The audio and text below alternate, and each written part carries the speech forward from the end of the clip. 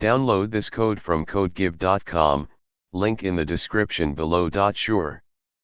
The numpy.split function is a useful tool for splitting an array into multiple subarrays along the third axis, depth. This function is particularly helpful when working with three-dimensional arrays, such as images or volumetric data. What is numpy.split? Numpy.split splits an array into multiple subarrays along the third axis. It takes an input array and a specified number of sections to split it into along the specified axis. The resulting subarrays will have the same shape along the first and second axes but will be split along the third. Syntax. Array, input array to be split.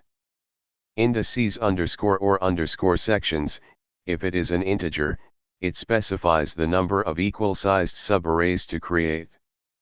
If it is a 1D array of indices, it specifies the indices at which to split the array. Example. Let's go through an example of how to use numpy.split. Step 1, import numpy. First, we need to import the numpy library. Step 2, create a 3D array. Next, we will create a sample 3D array.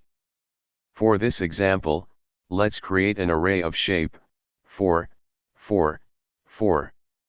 Step 3, use numpy.split. Now, we will use numpy.split to split this 3D array into two subarrays along the third axis. Complete code example.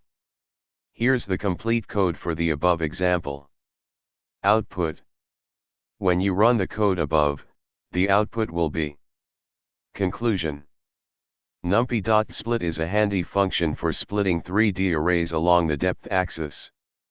It's straightforward to use, and you can customize the number of splits according to your needs.